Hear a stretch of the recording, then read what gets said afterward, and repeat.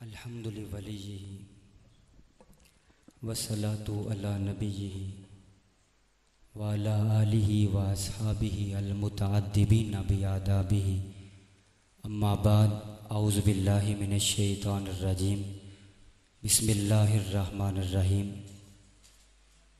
ذالک الکتاب لا ریب فیہ صدق اللہ العظیم ان اللہ وملائکتہ یصلون علی النبی یا ایہا الذین آمنوا صلوا علیہ وسلموا تسلیما الصلاۃ والسلام علیک یا سیدی یا رسول اللہ وعلی آلک واصحابک یا سیدی یا نبی اللہ۔ حمد و صلوات کے بعد معزز محتشم سامعین، ذی وقار علماء کرام، مہمانان گرامی، السلام علیکم ورحمۃ اللہ وبرکاتہ۔ میں مبارکباد پیش کرتا ہوں اس بچے کو، اس بچے کے والدین کو جس بچے نے حفظ القرآن کی سعادت حاصل کی ہے۔ اللہ تعالیٰ اس بچے کو آقا علیہ الصلاۃ والسلام کے دین کا مجاہد بنائے، اور مبارکباد پیش کرتا ہوں بچے کے اساتذہ کو، جنہوں نے بڑی محنت کے ساتھ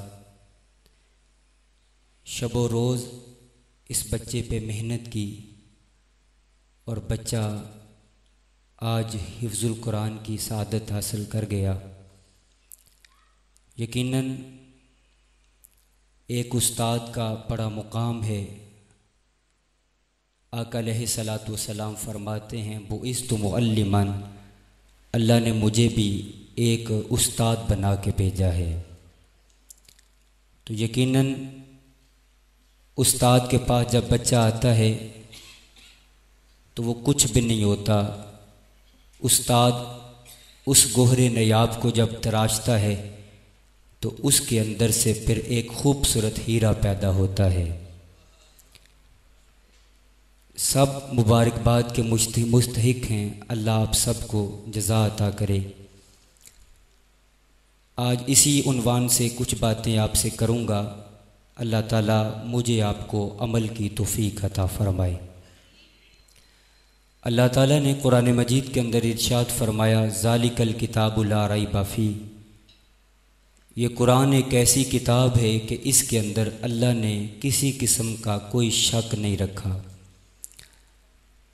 دنیا کی جتنی بھی کتابیں ہیں، جب ان کا مصنف لکھتا ہے تو لکھنے کے بعد وہ کتاب کے آغاز میں یا کتاب کے اختتام پہ لکھ دیتا ہے کہ میں نے جو کتاب لکھی ہے، اگر اس کے اندر کوئی غلطی پہ آپ مطلع ہوتے ہیں تو نیچے میرا فون نمبر لکھا ہے، آپ اس پہ رابطہ کیجئے گا۔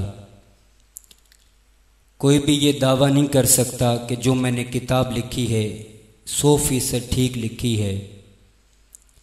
کتاب کے اندر انسانی ناطے سے غلطی کی گنجائش باقی رہتی ہے، لیکن قرآن ایک ایسی کتاب ہے کہ جس کے بارے میں میرا رب فرماتا ہے لا ریب فیہ، اس کے اندر کسی قسم کا بھی کوئی شک نہیں ہے۔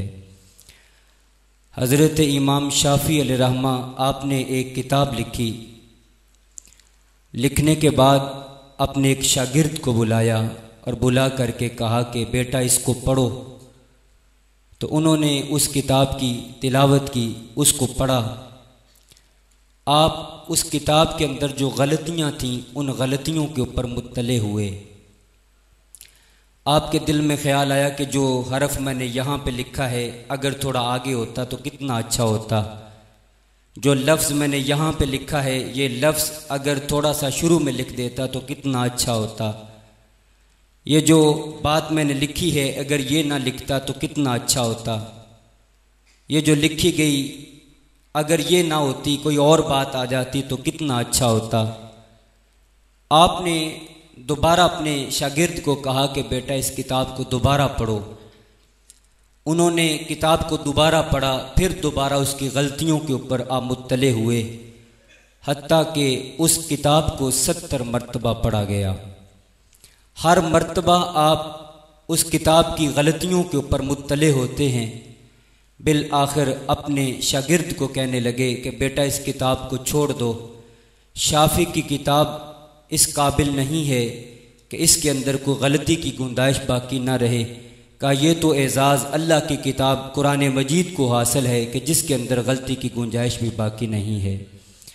حضرت جنید بغدادی علیہ رحمہ، آپ نے 12 سال کی محنت سے ایک تصوف کے اوپر خوبصورت کتاب لکھی۔ 12 سال آپ اس کے اوپر محنت کرتے رہے، اسے لکھتے رہے۔ جب 12 سال گزرے تو پھر مزید 12 سال آپ اس کی نوک پلک سنوارتے رہے، آپ اسے دیکھتے رہے کہ کیا کسی قسم کی غلطی تو نہیں ہے، کیا کوئی ایسی بات تو نہیں لکھی جو شریعت اسلامیہ کے ساتھ ٹکرا رہی ہے۔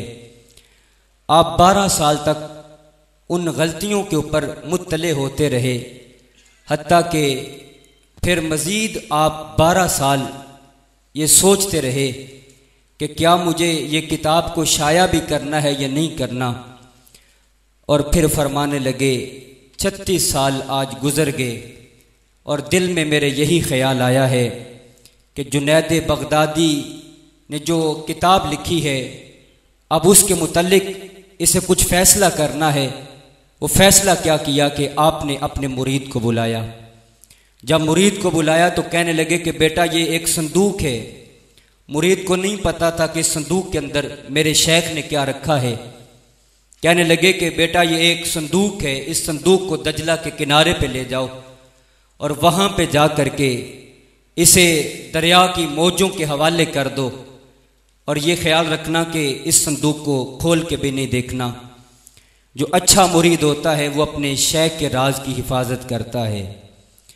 کہتے ہیں کہ میں نے وہ صندوق کو اٹھایا اور اٹھا کر کے میں جب دجلہ کے کنارے پہ پہنچا تو میں نے اس صندوق کو دجلہ کے کنارے میں جیسے ہی پھینکا تو اس دریا نے اس صندوق کے لیے اپنی راہوں کو کشادہ کر دیا، حتیٰ کہ اس صندوق کو دریا نے اپنی آغوش میں لے لیا۔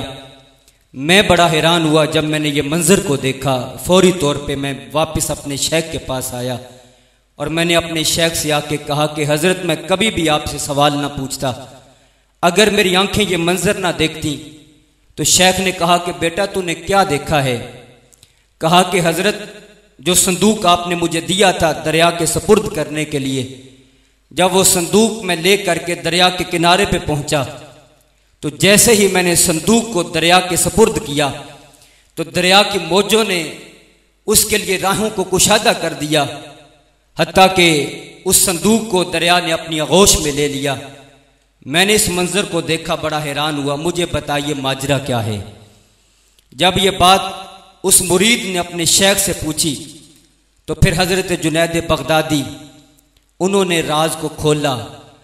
آپ فرمانے لگے کہ اے میرے بیٹے سن، میں بتانا تو نہیں چاہتا تھا لیکن اب تو نے کو منظر دیکھا ہے، تجھے بتا دیتا ہوں کہ 12 سال کے عرصے کے اندر میں نے ایک کتاب لکھی تھی، پھر 12 سال میں اس کو دیکھتا رہا کہ کہیں اس کا کوئی لفظ، کہیں کوئی اس کا کوئی حرف، کوئی سطر شریعت اسلامیہ کے ضابطوں کے ساتھ ٹکرا تو نہیں رہی، اور پھر 12 سال میں سوچتا رہا کہ اس کتاب کو میں لوگوں کے درمیان شائع بھی کروں یا نہ کروں۔ بیٹا 36 سال آج گزر چکے ہیں، پھر میں نے یہ فیصلہ کیا کہ قرآن کے ہوتے ہوئے لوگوں کو جنید کی کسی کتاب کی بھی ضرورت نہیں ہے، چونکہ جب قرآن اس امت کے درمیان موجود ہے تو پھر انہیں جنید کی کسی بھی کتاب کی ضرورت نہیں ہے۔ صاحبو یہ قرآن کوئی عام کتاب نہیں ہے، آقا علیہ الصلوۃ والسلام کے سینہ اطہر پہ اترنے والی یہ مبارک کتاب ہے۔ علماء فرماتے ہیں کہ جو اس قرآن کی تلاوت کرتا ہے اللہ اس کے دل کا تعلق حضور کے دل کے ساتھ جوڑ دیتا ہے، اور پھر یہ عظیم کتاب ہے، اور ایسی عظیم کتاب ہے کہ اگر کوئی اس کی تلاوت کرتا ہے، حدیث میں آتا ہے کہ یہ اللہ کی لٹکتی ہوئی رسی ہے، اس کا ایک سرا پڑھنے والے کے ہاتھ میں ہوتا ہے اور دوسرا سرا رب کے دستے قدرت میں ہوتا ہے۔ آقا علیہ الصلوۃ والسلام کے سینہ اطہر پہ یہ کتاب کا نزول ہوتا ہے، اور پھر اللہ نے میرے رسول کو بے شمار معجزات عطا کیے۔ ان معجزات میں سے جو عظیم معجزہ ہے وہ معجزہ قرآن ہے۔ 7 مہینے تک اللہ کے گھر کے ساتھ سورہ کوثر کو لٹکا دیا گیا، اور پھر مکے کے بڑے بڑے عرب کے فصحاء کو اور بڑی بلاغت اور فصاحت رکھنے والوں کو یہ پیغام دیا گیا کہ اگر تم اپنے آپ کو بڑا کلام کا ماہر سمجھتے ہو تو آؤ اس قرآن کی کوئی مثل ایک آیت بھی لے کے آؤ، لیکن وہ ایک آیت بھی قرآن کی مثل نہ لا سکے۔ باقی 3 کتابوں کے اندر رد و بدل ہو چکا ہے۔ آپ جانتے ہیں کہ کل آسمانی کتابوں کا جو نزول ہوتا ہے وہ 4 کتابیں ہیں۔ تورات اللہ نے حضرت موسیٰ علیہ السلام کے اوپر نزول فرمایا، زبور کا حضرت داؤد علیہ السلام کے اوپر نزول فرمایا، انجیل کا حضرت عیسیٰ علیہ السلام کے اوپر نزول فرمایا، اور اللہ نے قرآن مجید کو میرے رسول کے سینہ اطہر پہ نازل فرمایا۔ باقی 3 کتابوں کے اندر رد و بدل ہو چکا ہے۔ آج تینوں کتابیں اصلی حالت میں موجود نہیں ہیں، نہ تورات اصلی حالت میں ہے، نہ زبور اصلی حالت میں ہے، نہ انجیل اصلی حالت میں ہے، لیکن یہ اعزاز ہے تو قرآن کو اعزاز حاصل ہے کہ آج بھی یہ کتاب اصلی حالت کے اندر بچے کے سینے کے اندر محفوظ ہو چکی ہے۔ اور پھر یہ بھی سنیے گا، آج یہ حفظ القرآن کی جو بچے نے سعادت حاصل کی ہے، اس موقع پہ ہم نے آج یہ پروگرام کا انعقاد کیا ہے۔ ذرا سنیے گا، پہلی کتابیں تھیں تو ان کے حافظ صرف انبیاء کرام تھے۔ تورات اس کے حافظ حضرت موسیٰ علیہ السلام تھے، زبور اس کے حافظ حضرت داؤد علیہ السلام تھے، انجیل کے حافظ حضرت عیسیٰ علیہ السلام تھے۔ یہ قرآن ایک ایسی کتاب ہے کہ جس کے حافظ اللہ کے رسول بھی تھے، اور آج اللہ کے رسول کے جتنے بھی غلام ہیں ان غلاموں کے آج بچے بھی اس قرآن کے حافظ بن چکے ہیں۔ ان کے سینوں کے اندر یہ کتاب محفوظ ہو چکی ہے۔ اللہ فرماتا اِنَّا نَحْنُ نَزَّلْنَا ذِکْرَ وَإِنَّا لَهُ لَحَافِظُونَ، فرمایا کہ لوگوں اس قرآن کو ہم نے اتارا ہے اور ہم اس قرآن کی حفاظت کرنا بھی جانتے ہیں۔ اللہ جانتا تھا کہ اگر تورات کے اندر رد و بدل ہو جائے گا تو اس کے بدلے میں ہم جو ہے وہ زبور کو لے آئیں گے، اگر زبور کے اندر رد و بدل ہو جائے گا اس کے مقابلے میں ہم انجیل کو لے آئیں گے، اور پھر اگر انجیل کے اندر رد و بدل ہو جائے گا اس کے مقابلے میں ہم قرآن کو لے آئیں گے۔ اب پتا تھا کہ نہ مصطفیٰ کے بعد کوئی نبی آنے والا ہے، نہ قرآن کے بعد کوئی دوسری کتاب آنے والی ہے، تو اللہ تعالیٰ نے میرے رسول کے بارے میں فرمایا واللہ یعصمک من الناس۔ لوگوں نے کیا کچھ نہ کہا، کیا کچھ منصوبے نہ بنائے، کیا کچھ سازشیں نہ کی گئیں، کیا میرے رسول کی راہوں کے اندر لوگوں نے گڑھے نہ کھودے، کیا میرے رسول کی راہوں کے اندر جو ہے وہ کانٹے نہ بچھائے گئے، کیا آقا علیہ السلام کے مبارک جسم کے اوپر لوگوں نے پتھر نہ برسائے، کیا کفار نے میرے رسول کے گھر کا محاصرہ نہ کیا، لیکن کہا لوگوں یہ تمہاری اپنی سازشیں ہیں، یہ تمہارے اپنے منصوبے ہیں، تمہارا رب ہو کے اعلان کر رہا ہوں واللہ یعصمک من الناس۔ وہ چراغ کبھی نہیں بوجھے گا کہ جس چراغ کو تمہارے رب نے روشن کیا ہے، اور تمہارا رب اپنے رسول کی حفاظت فرمائے گا، اور قیامت تک اس رسول کے چرچے ہوتے رہیں گے۔ اور پھر جب قرآن کی بات آتی ہے تو کہا قرآن بھی اب آخری کتاب تھی تو ہم نے اس قرآن کی حفاظت کا ذمہ اپنے اوپر لیا ہے، تاکہ اگر اس کے اندر رد و بدل ہو گیا تو پھر اس کے بعد تو کوئی کتاب نہیں آئے گی، تو پھر لوگ ہدایت کہاں سے پائیں گے۔ کہا جو لوگوں جب بھی تمہیں ہدایت لینی ہے تم قرآن کے دامن سے لپٹ جانا، اللہ تمہیں ہدایت کا نور عطا فرمائے گا۔ یہ میں نہیں کہہ رہا، میرے رب کا قرآن کہہ رہا ہے۔ علماء تشریف فرما ہیں ہدن للمتقین، کہا یہ متقین کے لیے ہدایت ہے، اگر کوئی ہدایت لینا نہیں چاہتا تو اس کی اپنی مرضی ہے، لیکن یہ قرآن تو پیغام دے رہا ہے، اور قرآن جو وہ صدائے دل نواز کو بلند کر رہا ہے کہ لوگوں آؤ میرے دامن کے ساتھ لپٹ جاؤ، میں تمہیں نجات دلاؤں گا۔ اور آقا علیہ السلام فرماتے ہیں کہ یہ قرآن ایک ایسی کتاب ہے کہ کل قیامت کے دن اپنے پڑھنے والے کے حق میں شفاعت کرے گی، اللہ کے حضور یہ سفارش کرے گی کتاب کہ مالک یہ سحری کے سجدوں میں اٹھ کے میری تلاوت کرتا رہا، مالک یہ فجر کے بعد میری تلاوت کرتا رہا، مالک نمازوں کے بعد میری تلاوت کرتا رہا، مالک جب نماز کے لیے کھڑا ہو جاتا تھا تو میری تلاوت کرتا رہا۔ اللہ میں آج اس کے حق کے اندر سفارش کرتا ہوں، کتاب کہے گی میں سفارش کرتی ہوں، قرآن کہے گا میں سفارش کرتا ہوں، اللہ جسے معاف کر دے۔ اللہ تعالیٰ قرآن کی سفارش کو قبول فرما کے بندے کے سارے گناہوں کو معاف فرمائے گا۔ یہ قرآن ایک عظیم کتاب ہے، یہ قرآن کوئی عام کتاب نہیں ہے۔ میں بارے دیگر اس بچے کے والدین کو، اس کے اساتذہ کو مبارکباد پیش کر رہا ہوں کہ آپ بڑے خوش نصیب ہیں کہ یہ جو آپ کے حصے کے اندر یہ سعادت آئی ہے۔ میرے رسول فرماتے ہیں خیرکم من تعلم القرآن وعلمہ، کہ تم میں سے بہتر وہ ہے جو قرآن پڑھتا بھی ہے، قرآن پڑھاتا بھی ہے۔ آج تو ہم سمجھتے ہیں کہ اعلیٰ قسم کا منصب مل جائے تو بہت بڑا اعزاز ہے، اعلیٰ قسم کی نوکری مل جائے تو بہت بڑا اعزاز ہے، یہ دنیا کا اعزاز ہے۔ لیکن اگر دنیا و آخرت کے اندر اعزاز لینا ہے تو آئیے اپنے رسول سے پوچھئے۔ ہمارے رسول فرماتے ہیں لوگوں سب سے اعلیٰ نوکری اگر تم دیکھنا چاہتے ہو تو کسی قاری قرآن کو دیکھ لو، اس کے سامنے پڑھنے والے کسی حافظ قرآن کو دیکھ لو۔ کہا خیرکم من تعلم القرآن وعلمہ، تم میں سے بہتر وہ ہے کہ جو قرآن پڑھتا بھی ہے، قرآن پڑھاتا بھی ہے۔ عزیز صاحبو، آئیے اس قرآن کے ساتھ وابستہ ہو جائیے، قرآن کے دامن کے ساتھ جڑ جائیے۔ جب آپ بازار کے اندر کوئی چیز خریدنے کے لیے جاتے ہیں تو آپ کو ساتھ ایک چھوٹی سی کاپی بھی دی جاتی ہے جس کے اوپر لکھا ہوتا ہے کہ آپ نے اس چیز کو کس طرح استعمال کرنا ہے۔ اگر آپ اپنی مرضی سے استعمال کرتے ہیں تو وہ خدشہ ہے کہ چیز جلد خراب ہو جائے گی، لیکن اگر آپ کمپنی کے بتائے ہوئے طریقوں کے مطابق اس چیز کو استعمال کرتے ہیں تو پھر امید واسق ہے کہ آپ کی چیز کافی دیر تک برقرار رہے گی۔ جب ہم اس دنیا پہ آئے اللہ نے ہمیں تنہا نہیں بھیجا، اللہ نے ہمارے ساتھ اس قرآن کو بھی بھیجا ہے کہ لوگوں اس قرآن کو پڑھتے جانا اور اس کے اوپر عمل کرتے جانا، تمہاری زندگی بھی بہتر ہو جائے گی، تمہاری آخرت بھی بہتر ہو جائے گی۔ یہ قرآن ایک ایسی کتاب ہے کہ جس نے بھی اس سے محبت کی ہے اللہ نے اسے عزتوں سے نوازا ہے۔ اب میں کیا ہوں؟ اگر میں اپنی طرف دیکھتا ہوں تو میں کیا ہوں؟ میں بھی تو آپ کی طرح ایک انسان ہوں، لیکن آپ نے مجھے عزتوں کی مسند پہ بٹھایا ہے۔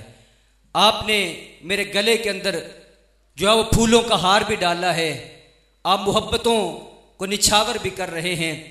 تو اگر میں دیکھتا ہوں تو کچھ بھی نہیں ہے، لیکن جب اپنے رسول کے قرآن کو دیکھتا ہوں تو پھر نظر آتا ہے یہ سارا فیضان قرآن کا فیضان ہے۔ یہ قرآن کے صدقے اللہ تعالیٰ آج عزتوں سے نواز رہا ہے۔ تو آئیے اس قرآن سے وابستگی کو اختیار کیجئے۔ علامہ اقبال علیہ رحمہ، میں زیادہ وقت نہیں آپ کا لوں گا، آپ کا شیڈول آگے بھی چل سکتا ہے مجھے نہیں پتا، لیکن میں گفتگو کو سمیٹنے کی طرف آ رہا ہوں۔ علامہ اقبال علیہ رحمہ انہوں نے اس امت کے ساتھ ایک گلہ بھی کیا ہے، ایک شکوہ بھی کیا ہے۔ کہا کہ لوگوں یہ اللہ کی کتاب قرآن مجید تمہارے پاس آئی تھی لیکن تم نے اس کی قدر نہ کی۔ اقبال فرماتے ہیں کہ انسان تو نے قرآن سے کیا سیکھا ہے کہ جب تیرے بوڑھے کی روح اٹک گئی تو سورہ یاسین لے کے بیٹھ گیا۔ اور اقبال صاحب یہ بھی کہتے ہیں، میں اس چیز کا انکار نہیں کرتا کہ سورہ یاسین پڑھنے سے روح آسانی سے نکل جاتی ہے۔ وہ کہتے ہیں قرآن کی بڑی برکتیں ہیں، بے شک روح آسانی سے نکلتی ہے، لیکن میں یہ ضرور کہتا ہوں کہ کیا انسان تو نے قرآن سے سیکھا بھی تو مرنا ہی سیکھا، کاش تو قرآن سے جینا بھی سیکھ لیتا۔ اور اقبال نے کہا تھا جب شکوہ کیا پھر آگے سے جواب بھی آیا، تو وہ ایک لمبی کہانی ہے، لیکن اقبال نے اس امت کا درد بیان کیا۔ علامہ اقبال علیہ رحمہ فرماتے ہیں کہ میرے قرآن کو سینوں سے لگایا کس نے، میرے کعبے کو جبینوں سے بسایا کس نے، تھے تو وہ آبا تمہارے ہی مگر تم کیا ہو، ہاتھ پہ ہاتھ درے منتظرے فرداں ہو، تیرے صوفے ہیں افرنگی تیرے کلی ہیں ایرانی، خون کے آنسو رلاتی ہے جوانوں کی تن آسانی، ہر کوئی مست مائے ذوق تن آسانی ہے، تم مسلمان ہو یہ انداز مسلمانی ہے، حیدری فقر ہے نے دولت عثمانی ہے، تم کو اسلاف سے کیا نسبت روحانی ہے، تم کو اسلاف سے کیا نسبت روحانی ہے، وہ معزز تھے زمانے میں مسلمان ہو کر، تم خوار ہوئے تارک قرآن ہو کر۔ آج امت کی جو پستی ہے، امت کی زبو حالی ہے، آج امت در بدر ٹھوکریں کھا رہی ہے۔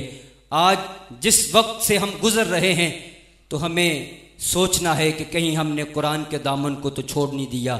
آقا علیہ الصلوۃ والسلام نے جاتے ہوئے کہا تھا، آقا علیہ الصلوۃ والسلام ہمیں لاوارث نہیں چھوڑ کے گئے، ہمیں رسول نے ایک تحفہ دیا تھا اور جاتے ہوئے کہا انا تارکم فیکم الثقلین، لوگو سنو میں تمہارے درمیان دو باری چیزیں چھوڑ کے جا رہا ہوں، ایک اللہ کی کتاب قرآن مجید ہے اور دوسری میری اہل بیت ہے، اور ایک روایت میں آتا ہے دوسرا وہ سنت ہے۔